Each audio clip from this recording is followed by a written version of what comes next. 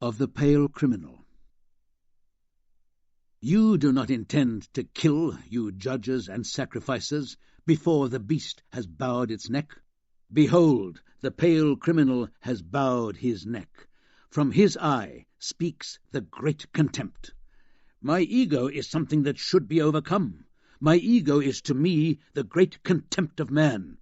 That is what this eye says.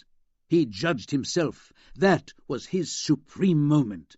Do not let the exalted man relapse again into his lowly condition. There is no redemption for him who thus suffers from himself, except it be a quick death. Your killing, you judges, should be a mercy and not a revenge.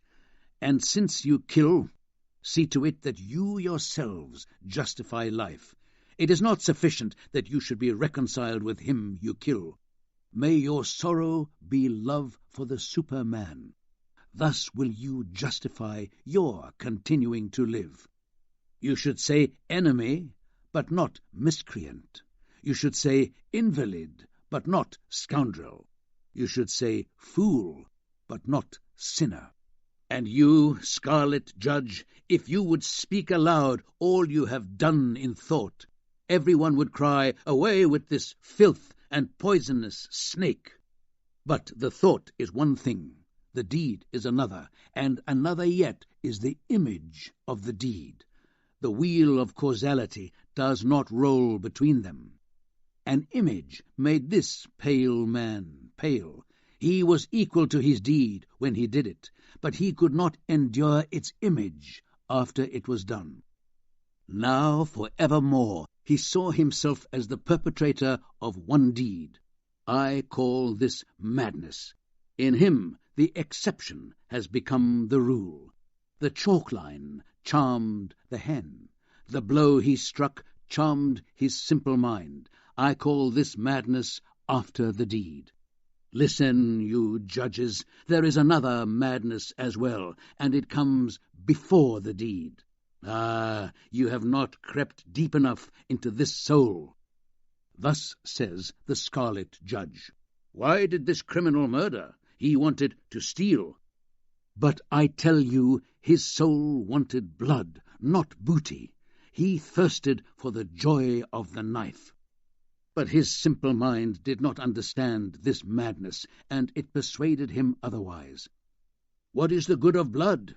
It said. Will you not at least commit a theft too? Take a revenge.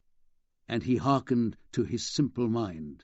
Its words lay like lead upon him. Then he robbed as he murdered. He did not want to be ashamed of his madness.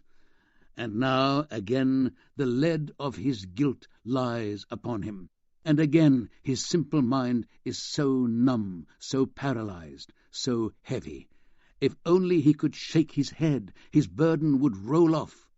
But who can shake this head? What is this man?